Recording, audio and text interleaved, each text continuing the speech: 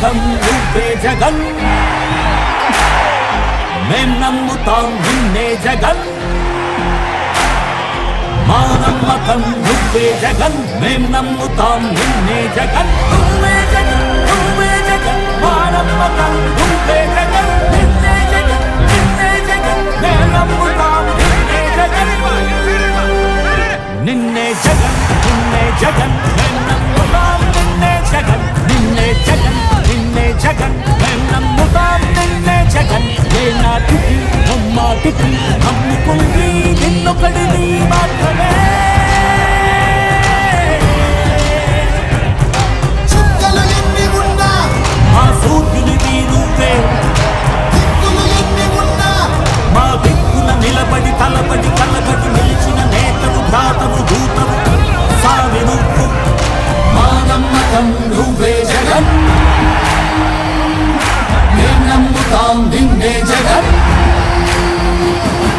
మా నమ్మకం నువ్వే జగన్ మేం నమ్ముతాం నిన్నే జగన్ నువ్వే జగన్ నువ్వే జగన్ మా నమ్మకం నువ్వే జగన్ నిన్నే జగన్ నిన్నే జగన్ మేం నమ్ముతాం నిన్నే జగన్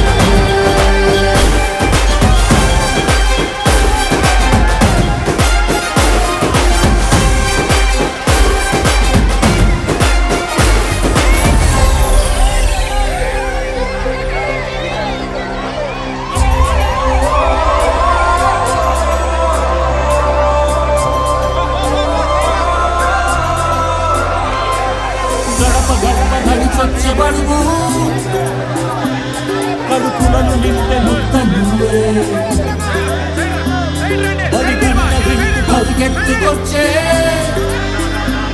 నిరుపేద బిడ్డలకు విద్య నువ్వే కంటి నీరు తుడిచే మా అమ్మవుడి నువ్వే మేలు కొడుకు మా బతుకు నడుపు రేపటి గెలుపు నువ్వే జగన్ మా నమ్మకం నువ్వే జగన్ మేం నమ్ముతాం నిన్నే జగన్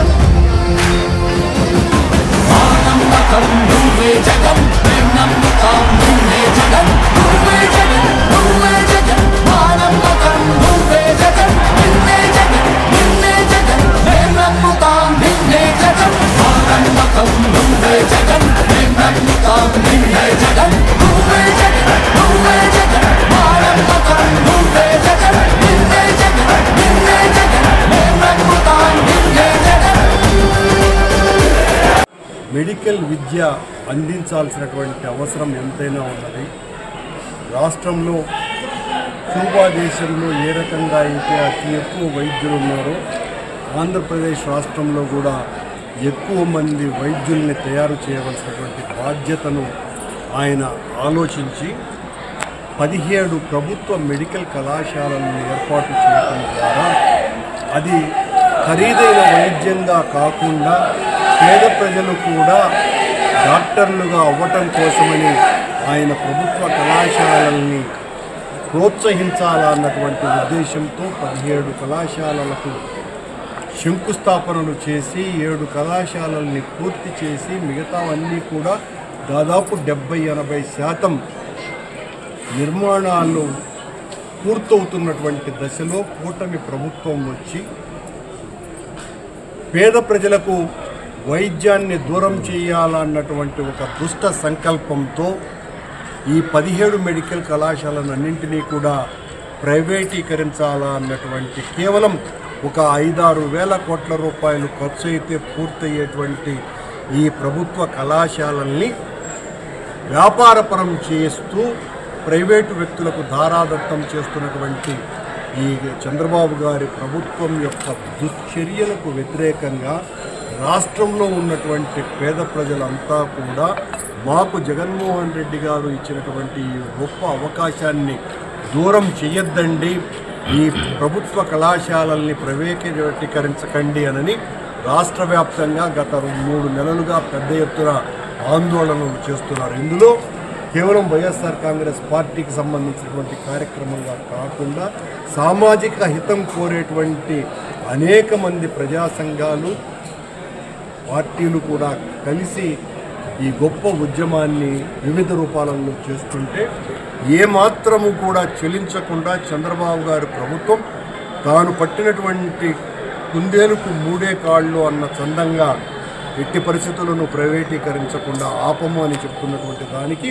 మా నాయకుడు జగన్మోహన్ రెడ్డి గారి ఆదేశానుసారము ఈరోజు 175 నియోజకవర్గాలలో వేలాది మందితో అత్యద్భుతంగా చంద్రబాబు గారి ప్రభుత్వం యొక్క కళ్ళు తెరిపించటానికి ఈ రోజున నిరసన ర్యాలీలు చేయటం జరిగింది. గంగాధర నెల్లూరులో అత్యద్భుతంగా ఈ రోజున వేలాది మందితో కృపాలక్ష్మి గారి నాయకత్వంలో ఈ ర్యాలీ జరగటం ఉదావహం. మళ్ళీ అతి త్వరలోనే కలెక్టరేట్ల ఆఫీసు ముందర కూడా పెద్ద ఎత్తున ర్యాలీలు చేసి ధర్నాలు చేసేటువంటి కార్యక్రమం కూడా ఉంది. చంద్రబాబు గారు ఇప్పటికైనా కళ్ళు తెరిచి గత ప్రభుత్వం చేసినటువంటి వాటిల్ని మీరు వ్యతిరేకిస్తే వ్యతిరేకించవచ్చుగాక ఇలాంటి 100% పేద ప్రజలకు మేలు చేసేటువంటి కార్యక్రమాలను కూడా వ్యతిరేకిస్తే ప్రభుత్వం మీద ఎంత వ్యతిరేకత ఉంటుంది వస్తుంది అనటానికి గత 2-3 నెలలుగా జరుగుతున్నటువంటి పరిణామాలే ఉదాహరణ. మీ ప్రభుత్వం ఈ రకంగా ప్రజా విద్రోహ చర్యలకు పాల్పడితే ఈ రోజున ర్యాలీలో నడిచినటువంటి కదం తొక్కినటువంటి వాళ్ళే ప్రభుత్వాన్ని కూడా ఆ కాళ్లతోనే నిలిపేస్తారు అన్నటువంటి వాస్తవాన్ని గ్రహించవలసిందిగా కోరుతున్నాను. పేదలకి అన్యాయం జరుగుతుంది, పేద బిడ్డలు కూడా మంచి భవిష్యత్తు రావాలని జగనన్న తీసుకున్న ఈ నిర్ణయము గవర్నమెంట్ కాలేజెస్ని ప్రైవేటీకరణ చేయకూడదు అనే దానివల్ల ప్రతి ఒక్కరు పేద విద్యార్థులే కానివ్వండి, పేద ప్రజలు ప్రతి ఒక్కరు ఈరోజు మాతో సహకరించి ఈరోజు ఇక్కడ వచ్చి ర్యాలీ చేయడం జరిగింది.